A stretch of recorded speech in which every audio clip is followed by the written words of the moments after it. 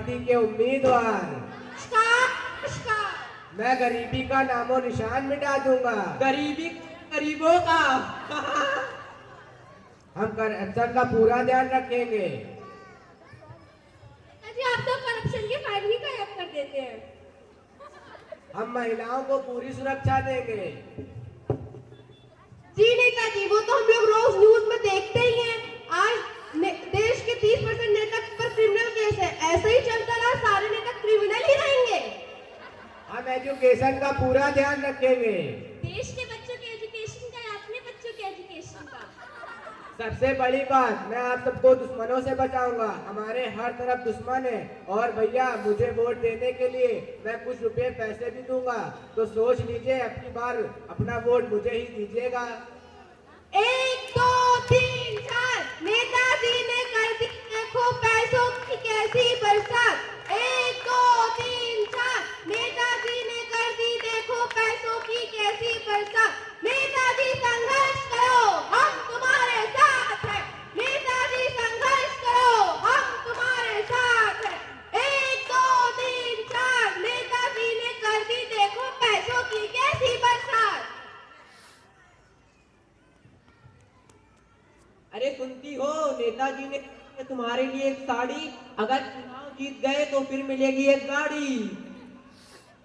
क्या नेताजी ने मेरे लिए साड़ी भेजी है? अब तो मैं अपना वोट नेताजी को ही दूंगी। अरे चाचा, ये क्या कर रहे हो? अपना वोट बेच रहे हो।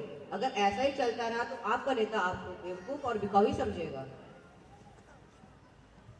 अगर ऐसे ही बिना कुछ करे ये नेता लोग बार बार जीतते रहे तो जनता का काम क्यों करेंगे?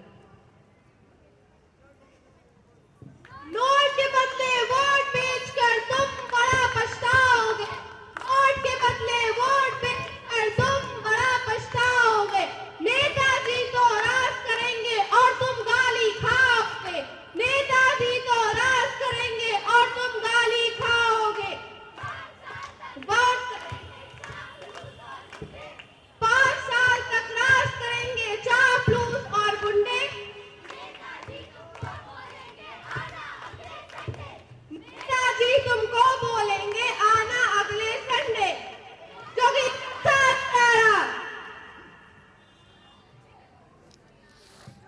नेताजी तो फिर से इलेक्शन जीत के आ गए। अब देखो तमाशा और सुनो कहानी। देखिए, अब हम इलेक्शन जीत गए हैं, अब तो होकर रहेगा विकास।